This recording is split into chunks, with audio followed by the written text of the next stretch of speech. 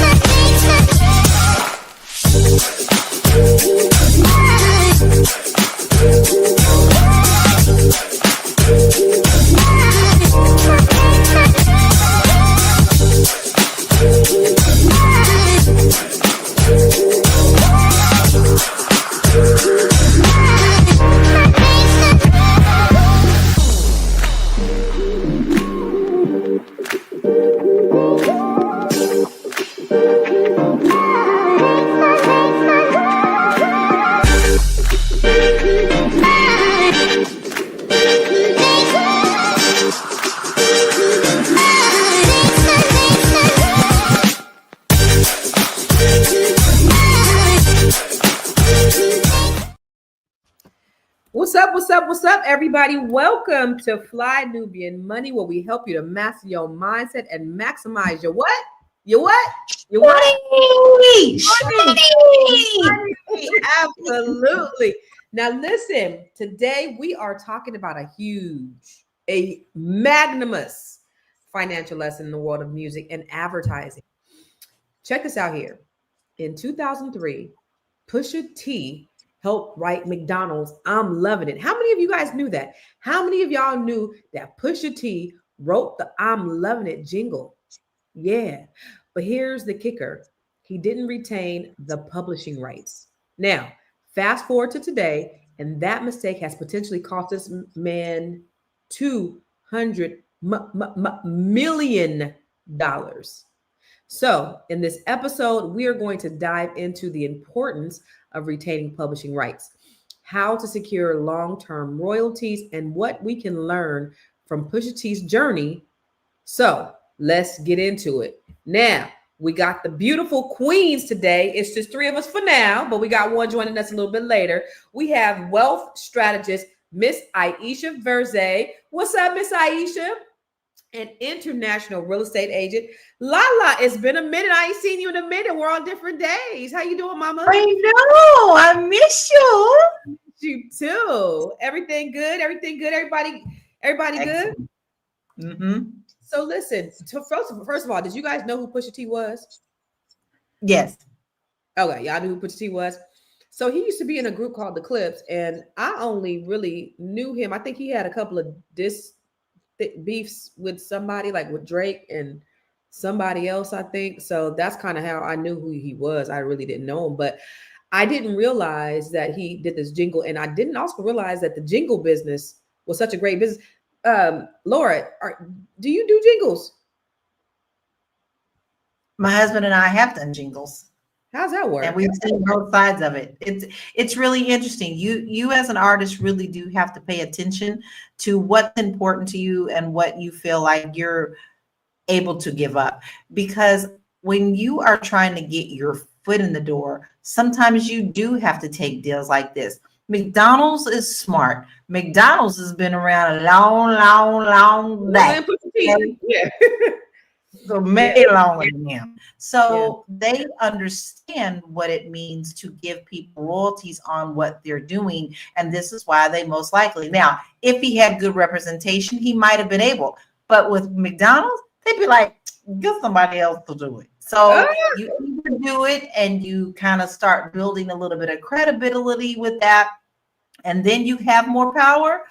So I can see both sides, and we say made, but you don't know. They could have gone to someone else. Yeah, I mean, $500,000 ain't nothing to sneeze at. So I'm sure for him, that was a lot of money. It was during the beginning of his career, and so he probably wasn't. He didn't think. Who knew? Like who? He was only 20 years old then. Yeah. Yeah. So when you go into these things, do you really know? You don't know. Yeah. So what did you think when you read this about Pusha T, Aisha? Yeah, I felt the same thing. You just never know. You don't know. And he was so young when this jingle, was rolled out, Mhm. and he got that $1 million and he split with his brother. You just never Mhm. know, Yeah. right? And at that time, if at 20, $1 million would be a lot for me too. I would be like, wow. This is a lot for me now. I'd be cooking I my think- if I got $1 million for a jingle. You know what I'm saying? Like, but hindsight being 2020, I'm 2020. sure, right? I'm sure it's much different. Let's look at the first video where they're discussing this. What's up, everybody? Stout deal through Stout's agency, correct? Yep. Did you get compensated Yeah. nicely? Yeah. Was it as good as you think you should have been compensated? No. That's I so, mean, well, wait, hold on. Let's be fair though. okay, let's be Yeah, fair.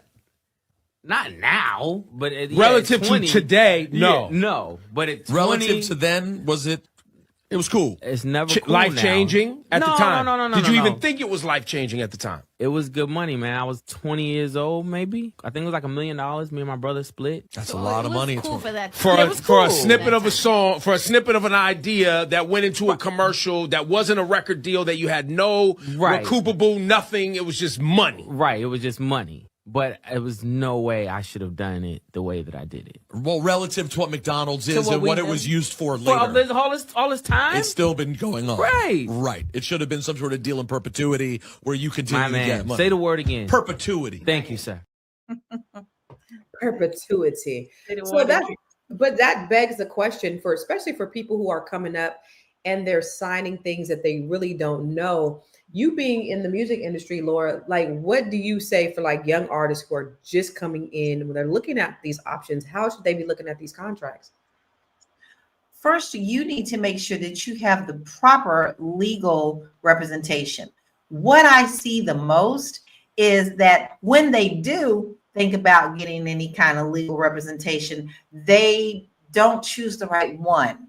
Not all attorneys understand the linguistics of the entertainment industry. So you really need to choose the right one. Don't get so gung-ho that you don't understand the ins and outs. The biggest mistake I see is people just get the dollar signs. Oh, this is one-time payment, but they don't even bother to read the contract, because there could be a clause in there that says, unless we decide to go to a different level. You can negotiate anything, just like in real estate. So make sure that you understand and have the right representation, not Uncle George, who happens to be a criminal lawyer. That's different. Right. Pick the right. right. You know, and then the thing about it is, who knew that I'm Lovin' It was going to be the longest running campaign in McDonald's history? That's increased their revenue. Like, who knew? Like, you just don't know. It's like a roll of the dice. I mean, Aisha, what do you think? Like, what could he, in hindsight, him just being this young 20-year-old kid? Yes, right. What could he have done advise differently? your child? Let's say Right? What would I advise my child? What would I have done differently? You know, everything, hindsight 2020, will have great ideas, right? Everything, because now we've learned, we're older, we've heard how others have taken care of any situation like that. But if I go back to that time, if I was his age that time, not knowing, just like he said, of course I don't know. You know, even if I just save my own money, maybe some of my own money, and just grow it, right? Because sometimes you just don't know. The jingle just, lucky made great and just kept going and going and going. It could have just stopped in 1 year. You don't know. So your 1 million will be great, right?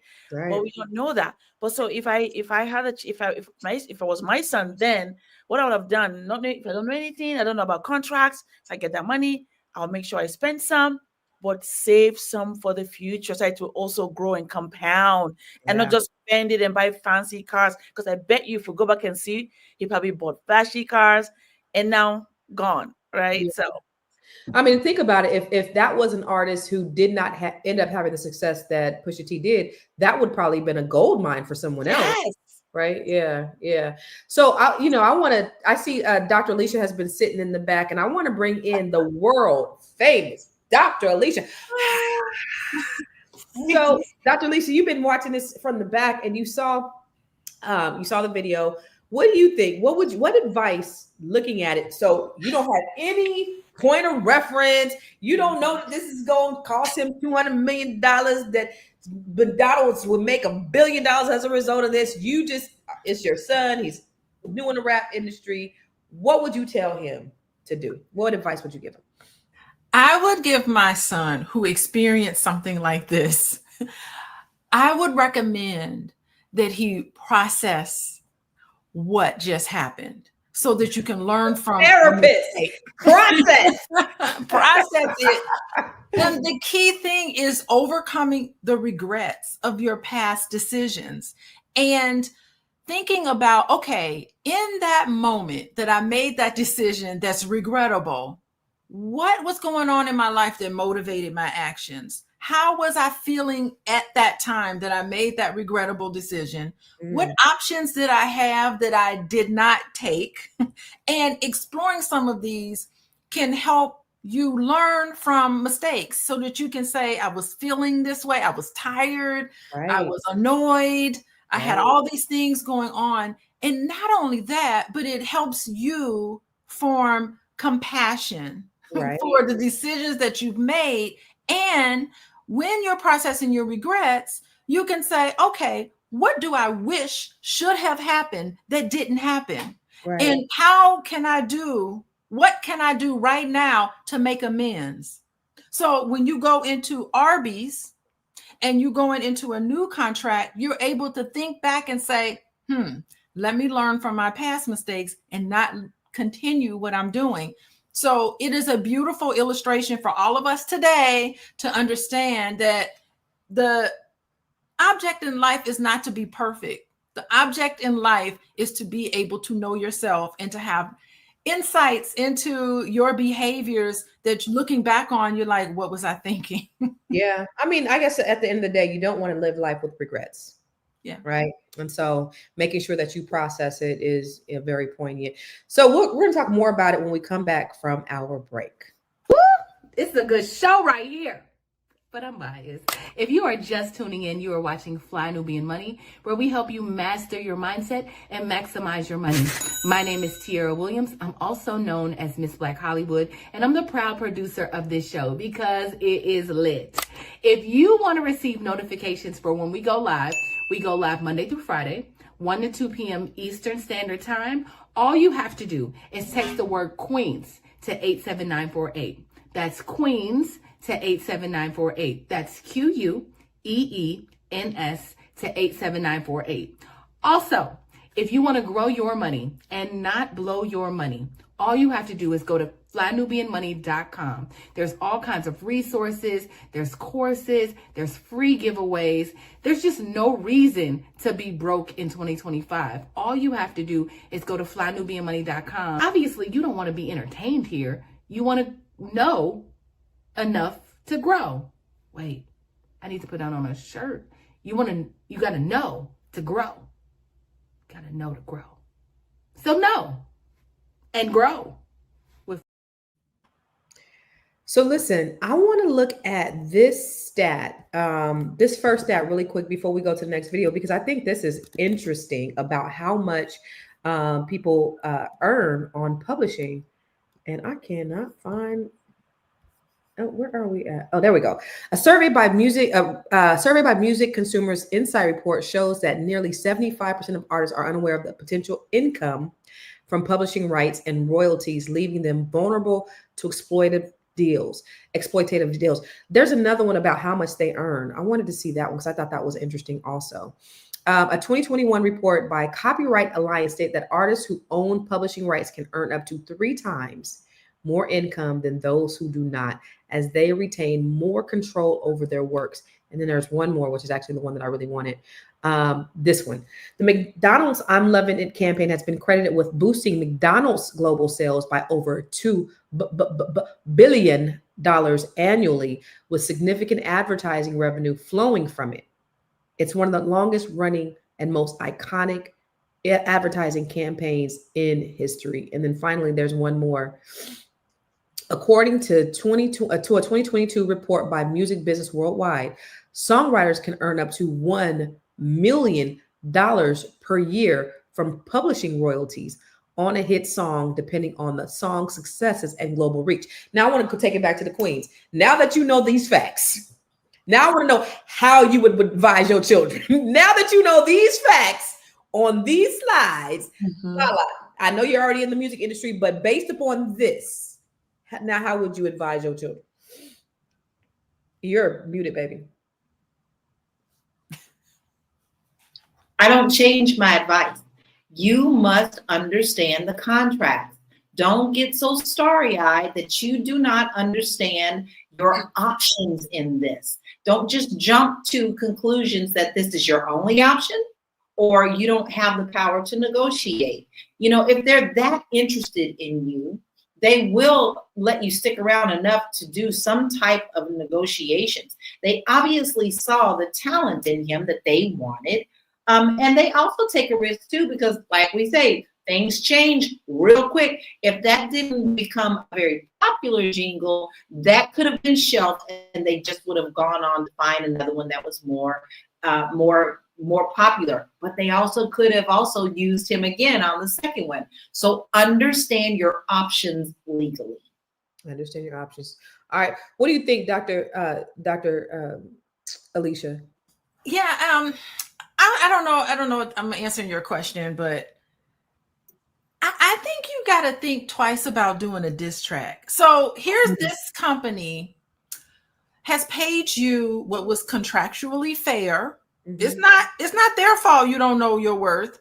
And you know what? Maybe McDonald's is surprised that jingle took off. I mean, it's a basic thing. I'm loving it. They took a chance and invested, okay, $500,000. They probably back there scratching their head like, I cannot believe this little two-second jingle is worth $5,000. Maybe people in the boardroom, maybe McDonald's took a chance on Pusha T and Pusha T was like, hold up, because you're talking about the diss track, which we haven't gotten to yet. I want to know, based upon them slides where they talk about how much people make on these royalties. Yeah. How so would you, I'm just thinking, you change your advice? Because you talked about processing this. Yeah, I do think now that you have the knowledge as their mother, you know what the royalties are. How would you advise them?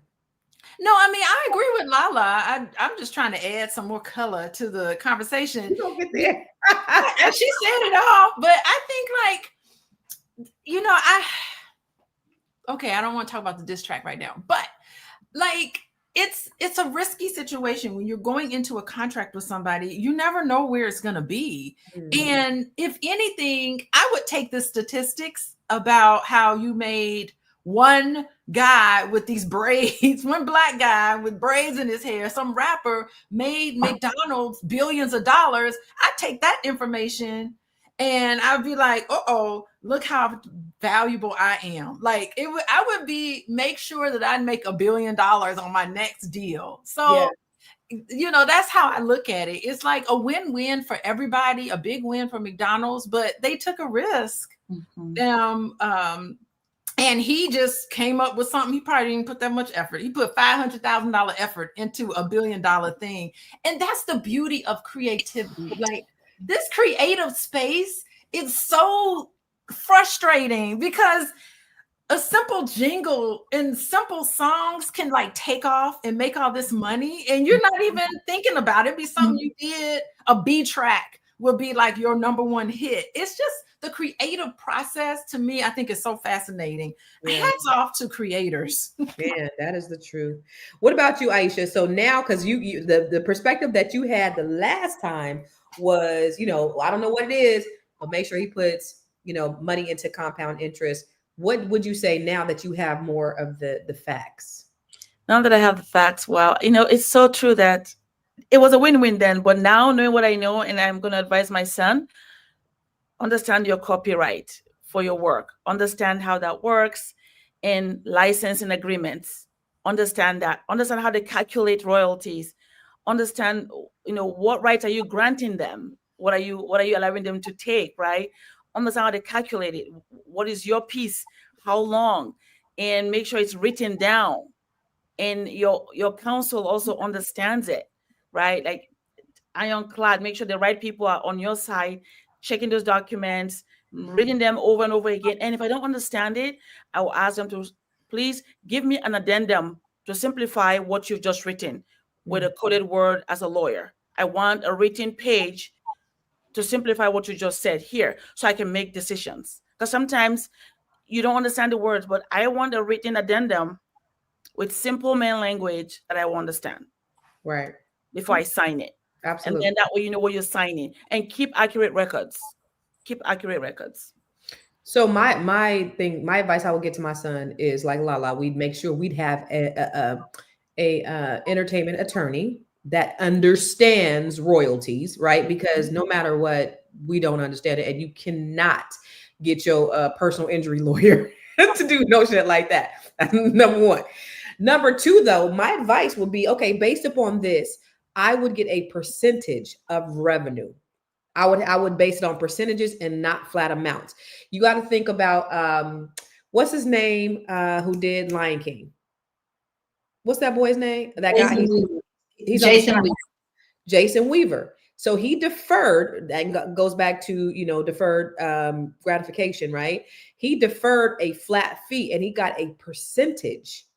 And based upon that percentage, this man is living good, G-O-O-D-T, good now, because he opted and at a young age that, you know what, this sounds good. This is more money than I've ever had in my life, but I'll opt in for the percentage. And so that's the advice that I would give. And I would give that to anybody.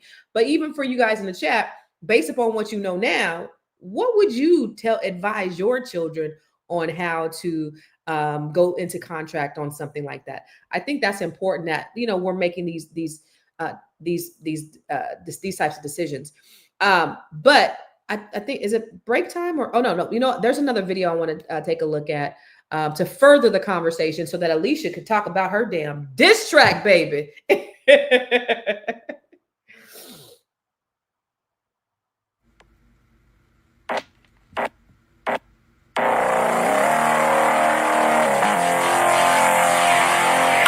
The whole world love it. Now I gotta crush it. Filet your fishes, then you should be disgusted. How dare you sell a square fish, asking us to trust it? A half slice of cheese, Mickey D's on a budget. Arby's crispy fish is simply it. With lines round the corner, we might need a guest list. Eggs is stage left, the sandwiches taste fresh. A little cube of fish from a clown is basic. Say less, this argument is baseless. Drowned in tartar, that filet o fish is tasteless. See, Arby's only deals in the greatness. I bet the house on it like it's Vegas. Look, I could sell water to a well. How could you ever think I'd fail? Yeah, the crispy fish sandwich blazing trails. The mother clown's just too frail. So I'm really impressed that he made it through that whole diss track without mentioning. I ain't gonna lie. I kind of want to go to Arby's and check out this fish sandwich at this point because it do kind of look good a little bit. I ain't gonna front. I'm not even gonna lie. Anyway, so as a result, he did a diss track, and so based upon this diss track, he's made a ton of money and he has ownership. I think we have a little bit more information about the ownership that he has because I wanted to get into diss track, but I think it's on the Drink Champs video too. Is that on when he breaks it down? Can we look at that or no? I want to look at that too. Oh, you don't have that. Okay. So what do you think about what y'all think about the diss track? Because honestly, one of the things that the CEO of Arby's says is that, he couldn't have paid for this type of advertisement. Like, this was great. I've never heard this diss track before, to be honest with you. So I guess people are coming in to buy the fish sandwiches now. I don't know. What you think, Dr. Alicia? What do you think about the idea of him doing a diss track? I'm not in favor of writing diss tracks about people. So, I just think you have to be cognizant, and this is for everybody in the industry, and you got to think about relationships. Like, do you want McDonald's to hire you again to do another jingle when it's time to do another jingle? I just think that all of us need to understand the best ways to handle disputes, and it should be constructively. It should be done in a way that's respectful. And if I was McDonald's, I would look at this and go, okay, now we made a regrettable decision. Maybe now we need to put in our contracts. Ain't no diss tracks being done. You are not going to defame us and devalue us. And we paid you fairly what was apparently, or it'd be a really big issue. I think this is a regrettable decision all around. And I don't think it's really a good idea to put out that kind of energy to do a diss track. If Arby's came to me and asked me, if I'm a professional, and Arby's came to me and said, do a diss track on McDonald's, I would immediately say, no, I'm not going to do that. Like, That's why you're not in hip hop. That is not the type of image I would want to put out there, because think about it, you know, you get back what you put out. Mm-hmm. And so if you want your life to be about diss tracking and chaos and confusion and arguing, you're going to put out argument energy. And so I think it's so important to just think about, if you're feeling bitter about something, process that internally, process that with a therapist or a trusted person. But when you present yourself, always be a professional. I mean, what's going to happen next? Is Dairy Queen going to be like looking at him going, Arby's did you wrong, and so now diss Arby's? Like, you're going to be the diss track person? I don't know. I just personally think that that's in bad taste. And I think that all of us need to reflect on making sure that our professional reputations come into play, and coming up with better strategies on how to navigate competitiveness and not be somebody's pawn in their feud, and just maintain who and what you are as a person. And that's why, my dear, you are a therapist, because you certainly therapize the diss track. And I can't wait to hear what Aisha wants to say about that, because you sure was agreeing. But we'll ask Aisha what her thought is about the whole idea of the diss track when we come back from the break. I know you're busy, you got things to do, and you can't take us on the go with you every single day. Good news for you. We are now on Spotify. So if you can't watch us, now you can listen to us on Spotify. Search Fly Nubian Money and all the episodes shall appear. All you have to do is like, subscribe, leave a 5-star rating, leave some comments, tell people how you love us, so that when other people come along and are looking for a great show to watch, they can find Fly Nubian Money too. One last thing, and just in case you've been sitting under a rock, Fly Nubian Money now has an investment club. We are the Fly Nubian Money Club. It's easy. All you have to do is go to flynubianmoneyclub.com, and I am committed to bringing in top experts from all industries to help you level up. They're teaching us the skills that we need to compete in this market. We often say that nobody is coming to save us, not the government, but guess what? We're coming to save us. I'm coming to save you with the Fly Nubian Money Club. So listen, all you have to do again is go to flynubianmoneyclub.com. We have a 30-day free trial set up just for you, just for those people that are struggling. Even if you ain't struggling, you ain't got to struggle. I'm coming. Okay, let me stop playing. I'll see you soon. So Aisha, what do you think about the whole idea of a diss track? The diss track, I don't want to be used as a pawn either. If I was in his shoes, because that's not right. My character matters to me. When we did the deal, it was fair. I signed it and I accepted it. If it didn't go well after that, because it did so well, I'm not going to use that chance now to diss them. So it means I'm dissing myself. That's how I feel, like you're dissing yourself. So I wouldn't like to be used for that. Rather, I would just do the work they asked me to do. Create your own jingle. Let's do yours for you. But I won't be used as a pawn to insult my work that I did before that did very well, so that you can shine. No. Right. No. No. Do you? What about you, Lala? I guess I'm the only one who's odds out. Listen, all is fair in love and war and business. And let me tell you something. These corporate people love every last bit of it. They don't care if it's somebody's dissing them. What they know is their name is getting free advertisement. And while the gentleman was saying, well, he didn't necessarily mention their name, everybody knows exactly who they're talking about. Let me tell you who is winning right now. Wendy's. I don't even eat a freaking Wendy's, okay? But every time Burger King, McDonald's, and all those other things come out, they troll. They troll all of their other competitors, and they are winning. So this is different than trying to put yourself down and worried about all that. This is about shmoney, okay? Right. And the more people talk about you, the more money you're going to make. We live in a society of drama. So the big corporate people are getting exactly what they want. I can guarantee you they ain't even thinking about Pusha T and that daggone jingle because they done made plenty of money with that. And now they're getting free advertising from the diss track. I am 100% in agreement with you, Lala. That's what I was thinking. And I was thinking about how Wendy's would do the little memes, how they would just like, they would do little jabs.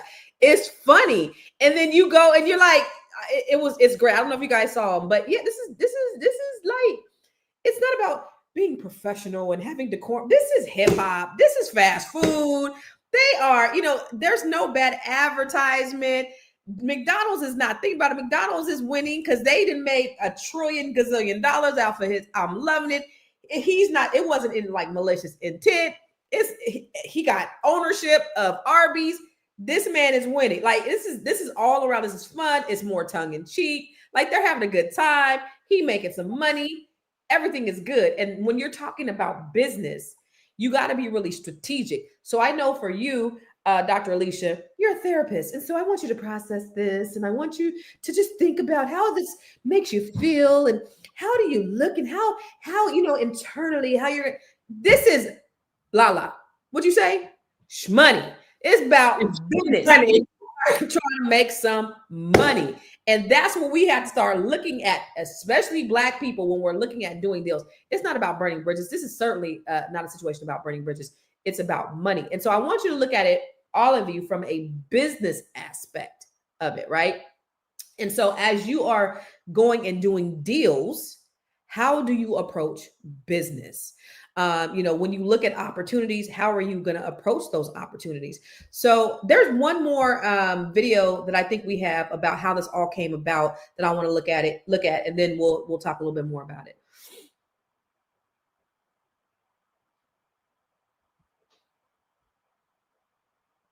You can tell Gwen ain't here.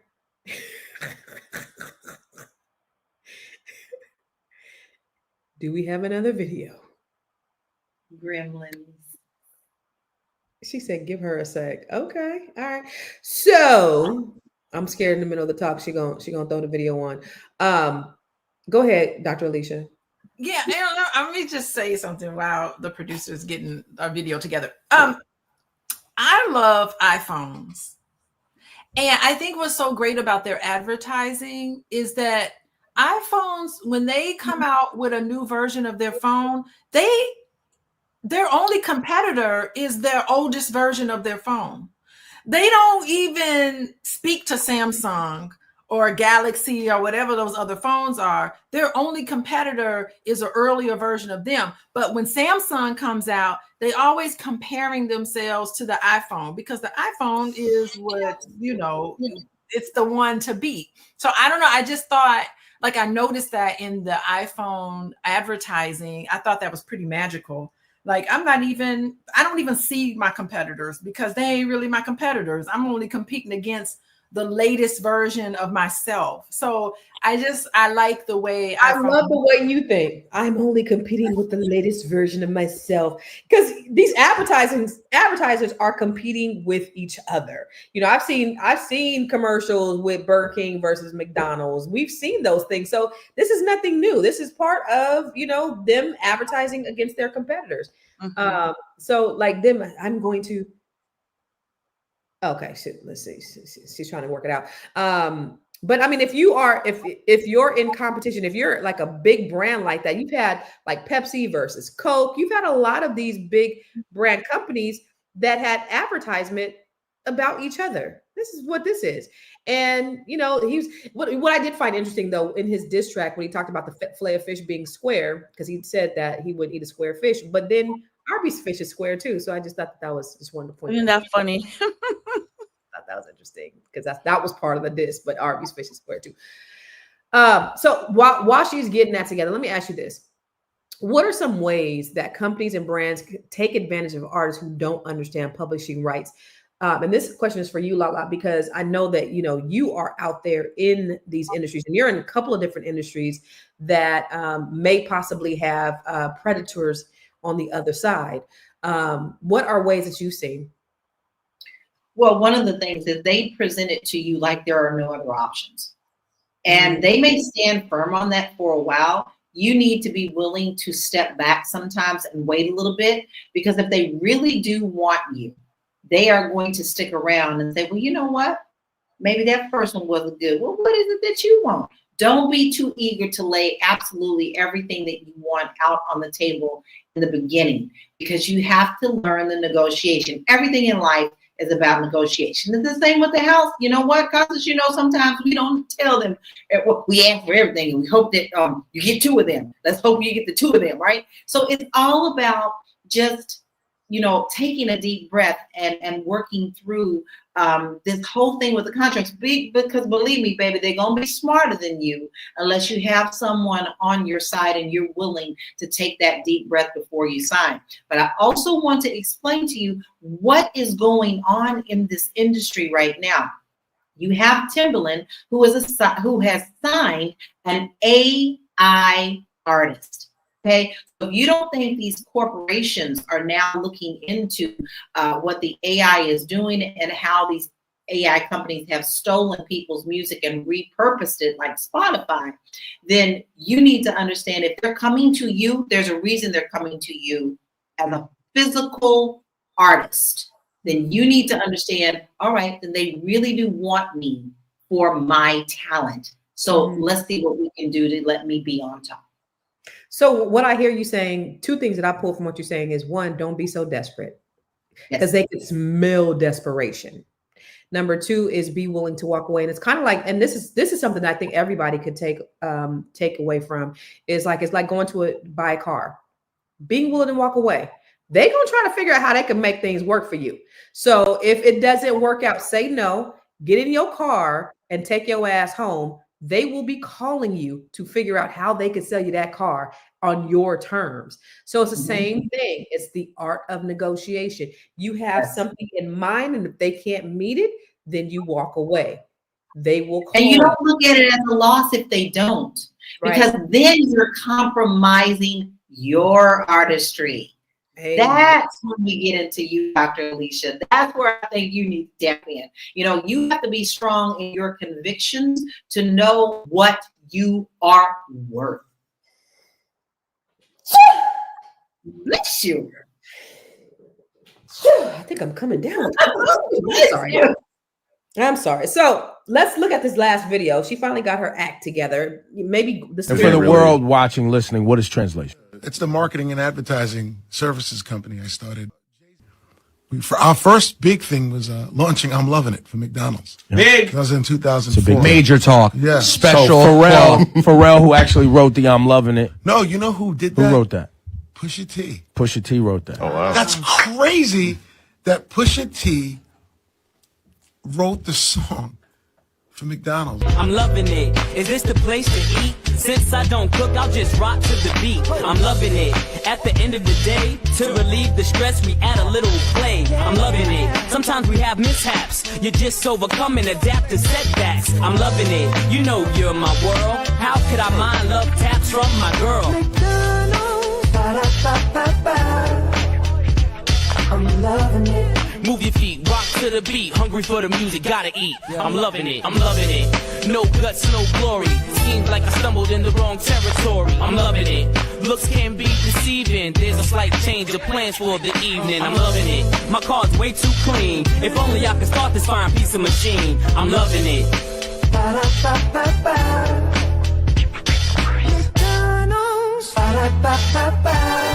I'm loving it. That rebranded McDonald's for the next decade. Jewel drop. Now that's crazy, because to me, those were some ABC rhymes. It's like, you just got to be in the right place at the right time. I mean, to get $1 million for that, I could have went in the studio and did them bars, like really. But Alicia, what do you think when you saw that video about what he was able to do with that? Let me tell you, like, y'all watch this show called Mad Men, and it is about it's shot in the 50s and 60s, and it is advertisers on Madison Avenue in New York. And so instead of it calling advertisers, it's like Mad Men for Madison Avenue. So Mad Men, check out this series. Oh my goodness, it is so true. So like what they're selling, McDonald's is not selling hamburgers and French fries. McDonald's is selling happiness. That is what they're selling. They're marketing that. They're saying, did you hear what he said? At the end of a long work day, what you gonna do? Grab a burger and go to McDonald's because you need happiness. It ain't about McDonald's. It's about the experience that McDonald's gives. So therefore, all y'all entrepreneurs out there, you think you selling one thing, you got to really think about what feeling you're really selling. Gosh, that is really something. So if I want to talk about selling my business, I'm talking about making it a bigger conversation about business. What is it that I'm selling with my healing? I'm selling freedom. You know, because once you're healed from your trauma, you're free. You're free to have healthy relationships. You're free to get rid of toxicity. And it's the freedom that really I'm trying to convey to people, because that's the feeling I want you to have when you meet with me, when you buy my products, when you invest in yourself. It is freedom is what I'm talking about. And nothing imprisons you more than being held back and stuck by past traumas. That's what I have to say. Amen. I'm sorry, I was on mute because I was about to sneeze. What do you think, Aisha, about the video and the real play and on, what he was able to do? What do you think about, what's your feedback on the video? Yeah, the video actually looked really great. I actually enjoyed watching it, and how they were able to use that jingle and create such videos around it. It's so great to see the creativity using that jingle over, and then seeing that just looks so great. But again, like Dr. Alicia was saying, it's about the feeling, the freedom, the experience you feel when you walk into McDonald's. I'm sure he did the jingle and left, but then they took it and did the work behind the scenes. Right. So you see the whole creativity aspect of just that jingle and how powerful it was. But again, at the end of the day, hindsight 2020, like, wow, I didn't know I was going to do that. I didn't know that. But, they got his jingle and they put all the videos in and made it look so much fun, and seeing all the people working and the joy, whether you're a professional or you're just casual playing with your friends, all the stuff they just put around that jingle. It's so powerful, and because it's visual and you see yourself in it, like, wow, this is great. So yeah. And I got something to say. Say it, sis. Because we talking about Pusha T, right? We know that he got a certain amount of money. I know in hindsight, he wish he would have done something different, but this is also how we learn. There's no mistakes, guys. It's learning lessons. But what y'all didn't catch is who's singing the jingle. That is Justin Timberlake. I'm curious to know how much Justin Timberlake got. Did he get a different deal? Does he get? He absolutely got a big different deal. He was a star. Well, you know what? Still, you still have to look at it in the context. Pusha T at the time was not as popular or very well known, from what I understand, because I'm not really big into that world. However, Justin Timberlake was. So you got two artists who are just as important, because one can't do his job without the other job.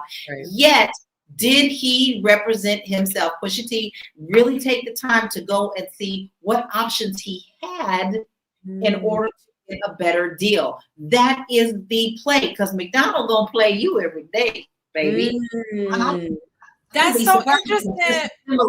Is not still getting money from that ad. No, that's so interesting, because 2004 was the infamous. 2004 was the time that he did the Super Bowl with Janet Jackson.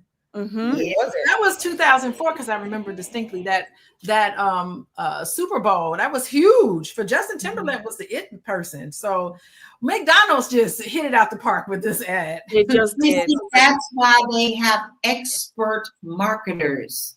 We're not talking about any old business. We're not talking about mom and pop. We're not even talking about, a little bit of Walmart level at that year. We are talking about a company that has made sure that, like you said, sells happiness. But what does that do? When they got the height, the very, very height of the love of people because they got it pretty early. But let's face it, 70s was the huge turn when parents were both working, children were depending on this Happy Meal. They're tapping into the joy of also us who grew up in that time frame. Okay, we tend to share things that made us happy with our children. So what they're doing is they're growing with us because we also grew with the music. And now we are the parents, and now we're sharing those experiences. This is much deeper than just paying somebody a certain amount of money. They know the game, but we also need to learn how to play. Absolutely. Well, Justin Timberlake got $6 million to their $1 million combined. And so I can guarantee you they had money to play with Pusha T. Absolutely. So you think probably also came with his counsel, maybe during the contracting. He probably brought his counsel with him, right? Sometimes it's just knowing who to represent you, and But if we keep looking back, like Dr. Alicia said, then the regret sets in and you feel bad. But I think knowing the whole situation, I just believe he got what he wanted that time at that age. And now we can see more and more and more, and then we get more upset about it. But it's just the way it was then. But now we can do better when we go into the meetings.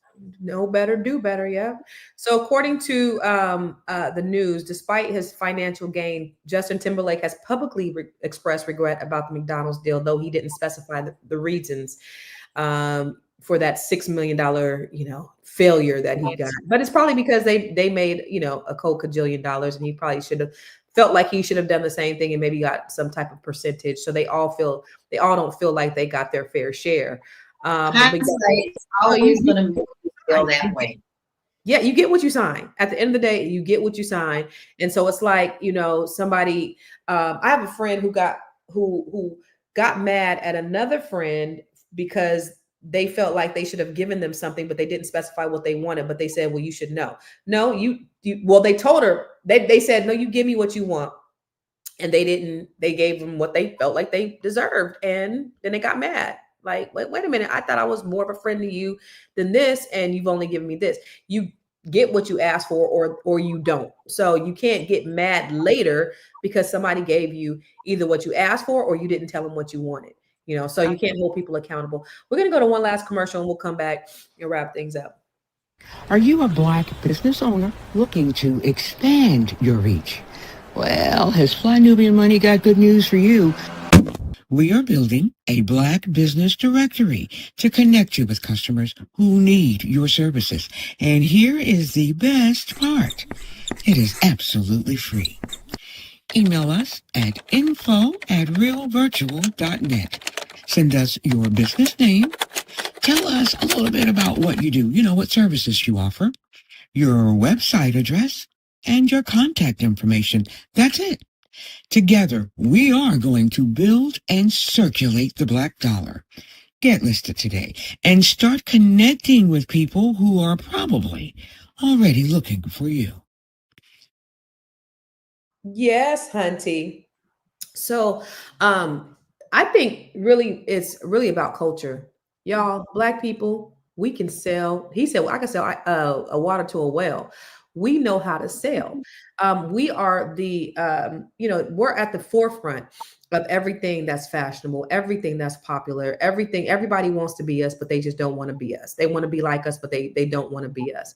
And the bottom line is we move culture. And so my question to you all, Aisha, what do you think in about like artists doing things for these major corporations that are changing the game? Should they go in knowing that they should be asking for more, knowing what type of influence that they have? Yeah, I think in the beginning, you have to know yourself, know thyself, right? What am I worth? And knowing what I know and the culture, and I know how our culture moves everybody. With that in mind, whatever I decide to do with a corporation, knowing how, especially if like it's a McDonald's or RB's, huge companies, you know what you're getting into, which means you have to also show up with the big guns. Don't show up, yourself. While they come, the same big McDonald's that has more money than you will still show up in the meetings with multiple counsel, lawyers, and while you come by yourself with one person. Like, no, you match their power. If you come to that meeting, right, match their power. So that way, whatever it is that you want to present, your artistry or your or the things that you, whatever you're working, your talent, that you're getting what you're worth. Because it is going to be like that. It's not going to stop, but you have to know thyself, trust yourself, but then come with people to match the kind of power they have at that table, because they called you for a reason. If you're not worth that, why did they call you into that room to give you that opportunity? So you have to come prepared. Be prepared and don't be afraid. Don't be so eager to sign, because there's a reason they called you into that room. And we are so brilliant as a people that we should now start working in that space and not be afraid. That's how I feel. Not be afraid to ask for what we deserve, because we know that as a people want to emulate us over and over again. But if we don't remember that, knowing ourselves, then we keep losing. And then we look back and say, well, I should have, would have. Well, you know who you are. Go out there and ask for what you deserve. Yeah, amen. Lala, one of the slides talked about how most people don't know their publishing rights. And you have a lot of new artists coming in and signing these 360 deals that are terrible. What can they do? Like, what kind of advocacy is out there to support them? Or, what can they do to avoid those pitfalls of signing those deals that ensure that they have no ownership? I talked to Warren G, and Warren G essentially saved Def Jam, right? Def Jam was on the brink of bankruptcy. And the first time I talked to him, he was saying that he was trying to get his publishing because they own his publishing. And he said he basically bought them back from the brink of bankruptcy, but they won't give him his publishing. And so he's been fighting for that. But that's like a lot of young artists. Remember, Diddy had given back publishing to all of his artists after he had like ran it out, right? After there was nothing left. So for these young people getting into the business, what can they do? How do they avoid this? Well, we have to remember, we're even talking about older artists such as, Ray Charles was able to negotiate his rights. Little Richard was not. This is why Little Richard was working all the way well into his 90s, because he did not own those. However, the Beach Boys, baby, got all of that because they knew how to do it. It's definitely down not party lines, but definitely culturally. A lot of times we're willing to take the scraps that they want to offer us without knowing that what we say, what I stand by, they want everything but the struggle. Okay, so they think and just assume that you are going to be naive enough to take those 2 carrots instead of the 1 and be happy with it. Now, listen, if you're going to be an artist, you need to know a little bit about your artistry. And nobody said you have to be a thorough, got to know it inside out, got to go get an attorney and my own law degree. No, but you need to understand what contracts mean. And where do you start? A lot of people don't talk about this. If you are a true artist, you truly do need to join places like ASCAP and BMI, because they do offer the basics for you to understand industry so that you won't just go signing things willy-nilly. They also have resources for you where you probably can tap into some of their attorneys. You may pay a small fee, but they are also there working for you as well. So don't get so blindsided that you don't think you have options. If you are an artist and you are putting stuff out, the first thing you need to be doing is making sure that you copyright your stuff, period. 2, you need to understand the basics. And 3, align yourself with companies in your industry. Period, Pooh. That. I love it. Dr. Alicia, we're going to end with the final thoughts, and we'll start with you. What are your final thoughts on this whole topic? What can we learn from today? I think all of us need to think about how, in what ways do we prioritize external validation over your deeper values and making decisions about your career, what's important to you, what decisions you're going to make, going into contracts, knowing your worth. If you are a company contracting with someone else, making sure that the business behind it is fair. I mean, there's lots of business deals that I've done with people where I didn't make any money, but I'm proud of the product that I have delivered, you know. And so you have to think about what you would do differently. It would be so beautiful if we had a crystal ball and we could see into the future and know for certain what the future is going to be. And so business and entertainment is so tricky and squishy. You can't really nail it down. And I just think that we all just need to be easier on ourselves, stop being so hard on ourselves. You know, entertainers and entrepreneurs, to me, because I've been hanging out with entrepreneurs, they have a light to them. They have like this energy in them that's like a winning energy. Really great entrepreneurs just have this upbeat, I can do it, mind over matter, and it's contagious. And I just love it. I love this space. It's so much better than academia. Academia can be a very sad place. So I just think that just bring light into everything that you do. That's what I try to do. Focus on your reputation, focus on being professional. Your reputation precedes you. So always go into things thinking long-term and not just be short-sighted. I need my money right now. Instant gratification. Isn't that what we're talking about? Just focus on putting out good products, making sure that the business model behind it is sound. You got your lawyers in place, and you don't have to think about that. And you can just sit and work on being creative in your craft and helping out the world in whatever way you want to do that as an entrepreneur. So anybody interested in working with me, you can contact me here, Coaching with Dr. Alicia. I work with couples. I work with individuals. I also work with families. And so I look forward to interacting with anybody who's interested in working with me. Beautiful. I know what you said about entrepreneurs. I was talking to my daughter last night. She was like, Mom, you're an anomaly. Like, I do more before they get up than most people do all day. And so they're like, how? It's like, we all got the same 24 hours in a day. You just do. You just do. But anyway, what are your final thoughts, Aisha? Final thoughts. You know, it's such a great topic today, and I can see where we all have different feelings about what happened. But I think that just understanding like the basics, your copyright, licensing, and more importantly, I just believe, you know, if you don't know the answers, get an expert to help you. Because sometimes I think we should change ourselves, trying to do everything by ourselves. And then when we get into a pickle, then we have so much regret. You know, just get an expert if you can, just to help you navigate what you don't understand, right? That way you have better results. And at the end of the day, you know, just the fact that that jingle is known around the world, it's his own reward to Pusha T. It's his own reward that he'll be remembered. So I think that, yes, I may not have the money, I may have spent the money, but to me, just thinking about the fact that now I know about him, that he wrote that, that's its own reward. And I hope that all of us, as we go into any kind of thing we're doing, we know our worth, right?